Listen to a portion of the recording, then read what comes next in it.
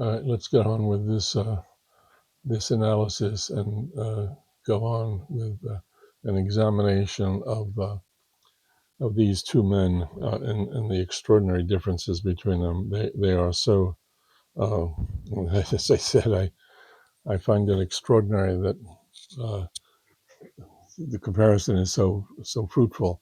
Um, so, as some of you know, Lincoln grows up with incredible poverty, grinding poverty, on the frontier, living in a dirt floor cabin. Um, uh, uh, in contrast, Lenin grows up in a family of intelligentsia, surrounded by books, a rich schooling environment. So, a very, very different kind of background. Uh, Lincoln has 1 year of schooling. I mean, he has 1 year of formal schooling, and that's it. That's the extent of it. Uh, his father thinks that the only fruitful work is physical labor and derides his son whenever he catches him reading, which his father finds to be a wasteful activity. And Lenin is in the intelligentsia. His father is a ranking imperial officer. Lenin goes to the best gymnasiums, the best schools that are available to him. Consistently in every school that he goes to, he is the highest ranking student in the class. He is the best student in the class. The contrast is profound. Uh, the, uh, uh, the problems that Lincoln has with his father uh, are, are are profound, as I mentioned before, and a period of estrangement. And Lenin reveres his father as a progressive educator, and um, has a totally different relationship with him. The interesting pattern here is that uh, they're both voracious readers. Their entire life, they're both incredibly voracious readers. uh, a constant pattern with great leaders in world history. We talked earlier about Napoleon, and he was a voracious reader early on. But the pattern interesting with Lincoln, as I said, he had 1 year of schooling, so he's fundamentally an autodidact. Means he's taught himself. He's self-taught. Now the problem when you're self-taught, we don't realize the utility of going through schools where the teacher is the curator or the school system is the curator of what books you read. So if you're in a literature class, that professor has gone to great lengths to select which books he or she wants you to read. It will be the best to broaden your understanding. Uh, and it's the same with every class you're in, that the learning, the curriculum that you're in has been organized by someone who has an interest and knowledge in that. To go out and do that on your own is very, very difficult, if not impossible. But the thing that will balance this for Lincoln is that his interests are so broad and his reading habits are so voracious that he broadens that. In the contrast, Lenin is in the best schools. He's getting the classical curriculum. He's getting the classical language, and he's exposed to this broad range. Now, one of the things we want to trace with these two guys is their humanity, their empathy, and a good liberal arts should enhance empathy and human and understanding of the human condition and the human possibilities. Uh, and Lenin is getting exposed to that in his gymnasiums, and Lincoln, you can assume the breadth of his reading is helpful. But the other thing that is uh, uh, a pattern that they share, not to the same degree, but they share is Lincoln loses his mother, he loses his sister, and some reports would say that he had a remote romantic relationship with Anne Rutledge. However it is, her death, Anne Rutledge's death, is a psychic blow to him, and he spends his life with a problem with deep melancholy, and this is helpful for his understanding of human condition and empathy. With Lenin in 1887, his older brother, who was his idol, the one he looked up to, as only younger brothers can look up to older brothers. He was there as his model. He becomes a revolutionary. He's arrested by the Tsar's officers, and he is executed. He is hung, and uh, Lenin never forgets, never forgives, and the lifelong motivation of him is to be revolutionary and to destroy that system that executed his brother. So Lincoln, you would think he doesn't have all that motivation to be supportive of the system, but becomes an incredible supporter of the system and indeed saves the Union going forth. Lenin, as he evolves from his brother's death, um, uh, ends up with an incredible, implacable hatred of the system and of the organization, and it everything becomes ideological. And as Lenin grows in his years in service, his reading narrows more and more just to the ideological works, convincing him of his already firmly set beliefs. And Lincoln broadens his reach and understanding. So Lincoln has the makings of the self-made man, and understands the role of government and of organizations to facilitate the economic growth of the people. Uh, Lenin becomes the professional revolutionary, the professional ideologue, uh, whose whole force is to seize power. And Lenin develops this militant atheism.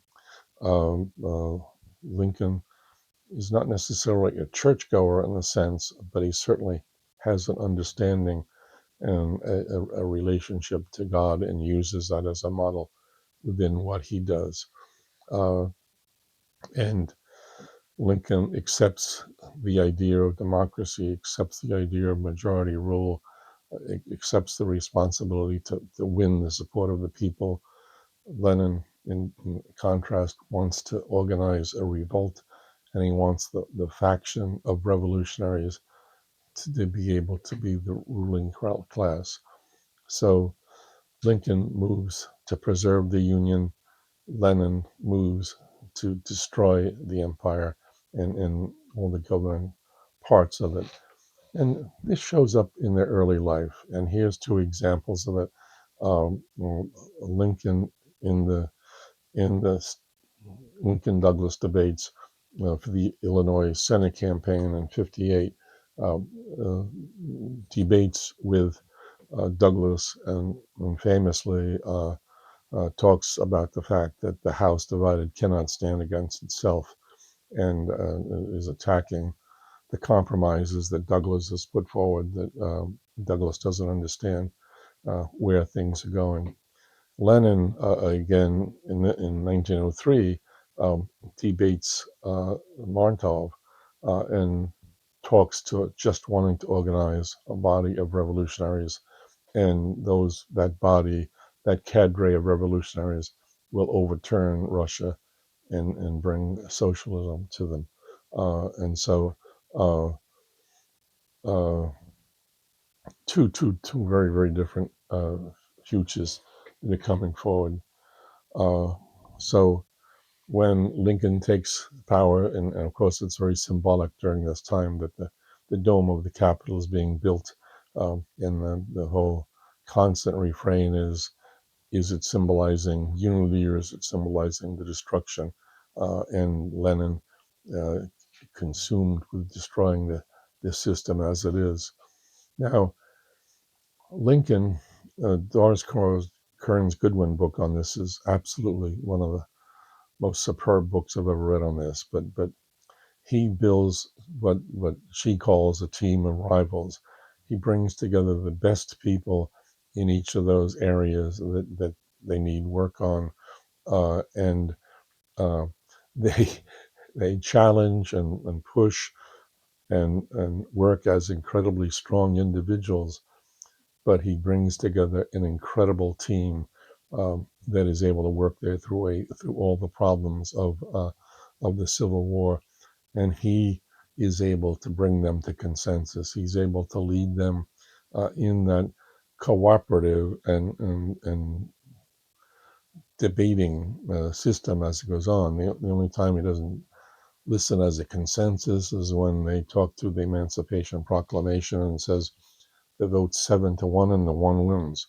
And Lenin, in total contrast, it's a totally structured, totally hierarchical, disciplined structure where there is one leader, and that leader is not going to harvest any contradictions in any way. So Lincoln builds a network of a political network, a military network, an industrial network that it is assembled in order to make everything works. And again, a representation of the democracy, uh, and in some cases, the role of a chairman of a board where he's in charge of all the things and takes the inputs and then makes the decisions. Lenin, in totally different, is totally imposed, totally centralized, and that he controls the party, he controls the cadre, and the party controls the state, and the party controls the economy. But interestingly enough, they take actions that are very parallel in what they see and what they need to do. Uh, Lincoln, now that the South is gone from the Senate, they don't have to compromise. They no longer have the South resisting all moves to nationalize the nation and to support the growth of industrialization and commercialization and professionalization. Um, uh, Lenin has a similar problem of the production and what to do, how they move. We have Lincoln signing the Pacific Railroad Act, where he's signing the legislation to build the Transcontinental Railroad. And he wants it to build it and bring the country together. He wants to recognize the enormous resources of the West. And of course, here's the transcontinental driving across the Western states. He wants to open all these Western states. He wants to open them up to development, to migration. He wants the migration out to the West Coast.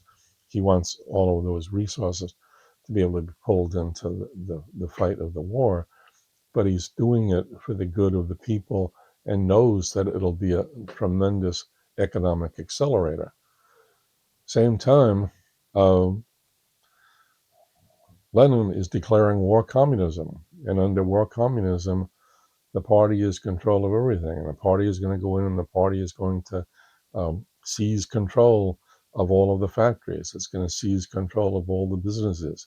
It is going to literally go in and seize the grain from the peasants so they can maintain the system, and there will be no independent decision making other than the party, and the party will be the one that will make the decisions as how it moves forward. So the contrast, similar actions, but the method and the motivation are profound. And we see these patterns in action after action. By the way, here's a ridiculous example. This is a infographic set is done by Notebook LM. This logo you see down here actually went over program, but instead of putting in the name, they've literally put down the name of the font type being used, which is these crazy things pop up, and I found that too late to be able to change it. But Lincoln comes up with the Homestead Act, and Lenin comes up with the Land Decree. Um, and so the differences, again, are profound. So in the Homestead Act, they're going to take and they're going to open up land in the West, and they're going to let people come and settle the land if they agree to live there for, I believe it's 5 years. They got 160 acres, and they're going to be able to get ownership of that land. Now, in most European countries, there's absolutely no prospect of ever owning land. And this is just an example of the enormous size of America. And so, again, this is seen as an incredible economic accelerator. And it doesn't have in reality, it doesn't have quite the impact that they thought it did. But what Lenin is doing is he's going out and he's seizing all the land. And he's not seizing the land for the people, he's seizing all the land from the landowners. And then the party, the cadre, the government takes ownership of all the land, and then controls it. Uh, so a different, totally different type of thing. And it certainly doesn't work as an accelerator. It destroys the economy, and the peasants love it because the peasants now feel that they will no longer be oppressed by the landowners. But the problem is that the party will oppress them, and as we'll see with the famines that come in under Stalin with collectivization, it devastates the. And then the other one that again is interesting in the parallel is one of the again things that Lincoln is able to do, the Republican Party is able to do, because the South is absent from the Senate and the House, and therefore there's nobody there to vote against these measures. They come up with the Morrill Act, and the Morrill Act is the Land Grant College Act, and this is now going to fund a massive expansion of education across the country. Uh, Lenin's going to do the same thing. He's going to develop universities, and come up with brand new uh, universities. The way the Morrill Act works is the federal government is going to give big tracts of land to the states, and that land is then the capital basis. The state can then sell that land, and then the income that they produce from the selling of that land will then be going to start the universities. And you all know the names of those universities. It's Ohio State, Michigan State, Wisconsin, on and on and on. And different from this is that these are agricultural universities, they're technical universities, they're practical universities. So it's basically rejecting the Greek curriculum, if you will, that's at Harvard and Princeton, and saying that this is to be a practical education. And so all of these universities set up agricultural schools, and the research done at those agricultural schools transform American agriculture, in fact, world agriculture. Now, Lenin sets up a decree, again, starting universities all across Russia, and it makes university education available to people that had never had education available to them before. Same with the lower levels of education. But the purpose is to train the cadre of the party. The purpose is to educate the people to the goals of the party, and they'll have the same impact. They're going to be practical. They're going to be science. So in a city like Volgograd, there's an enormous number of different specialized universities. So I was working at the Pedagogical University. Across the street was the Technology University. Down around the corner was I think a technology, and then also in town was a military university that was set up in this. So they developed a whole new university system that enormously benefited the Soviets, and I can attest that they were very, very good faculty and fascinating students in them. So they both affected a fundamental change in what happened in education.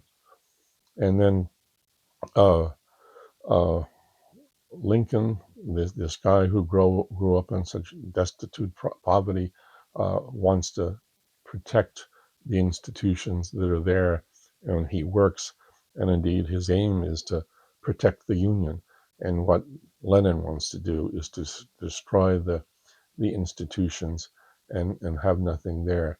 So Lincoln goes on, and he passes the National Banking Act that improves the national banking system, the Legal Tender Act that produces the greenbacks.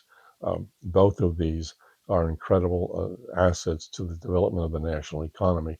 Again, none of them would pass if the Democrats had maintained in the Senate. Lenin loses the vote in the Constituent Assembly and disbands dissolves the Constituent Assembly because he can't abide the fact that anyone is, wanting to form him to have a compromise or a consensus. So they throw all the people out of the Constituent Assembly and damn them as a bourgeois democracy, and seizes sole control. So destroys the institutions of government and brings a big change in it. And yet, we have Lincoln, as I mentioned before, with the Emancipation Proclamation, taking his own actions that are perhaps extra constitutional. The need to move. So you can characterize this as Lincoln building a system that expanded opportunity, and Lenin building a system that concentrated power into the party and uh, the cadre. And here are two statements that so capture the different I'm losing track with my words here, the evolutionary pattern of these two men. Here, in perhaps one of the greatest addresses ever given in America, is Lincoln's second inaugural address. And I wanted this whole paragraph here: with malice towards none, with charity for all, with fairness and the right of God, to see the right, let us strive on to finish the work we are in, to bind up the nation's wound, for care for whom him who shall have borne the battle, and for his widow in his orphan, to do all which may achieve and cherish a just and lasting peace among ourselves and with our nation, with all our nations. So an incredibly magnanimous speech. Many disagreed with it, that many wanted a harsh treatment of the South. And of course the war's not yet over, but we know what's going to happen. Look at this contrary message from Lenin, again in 1918. The kulaks were the people living on the farms working with the serfs that owned property or had enough capital to hire workers, and so Lenin was opposed to them. And when they object to something he says, his response is, "Hang them. I mean, hang publicly so that people see it. At least 100 kulaks. Publish their names. Take all their grains. Do it in such a manner that for hundreds of kilometers around, the people see, tremble, know, and shout." So we all think terror begins with Stalin, but it really doesn't. The terror begins under Lenin. And the contrast between the position as it evolves for Lincoln and the position that evolves for Lenin are profound.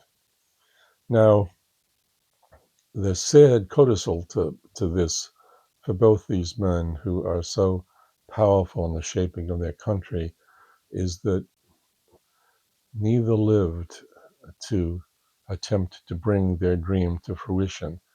As we well know, Lincoln in Ford's Theater is assassinated, and he never gets to see where and how uh, Reconstruction will formulate going forward. We end up with his vice president, who is uh, not worthy to stand in the shadow of Lincoln, and just does such a horrible job with the Reconstruction. uh, and the, the conflict and the goals of the conflict are tremendously sullied by what happens with Johnson, and Reconstruction does not at all follow the ideal that Lincoln had set forward. So Lincoln's dream is harsh. Lenin, as many of you know, suffers from stroke after stroke, is debilitated.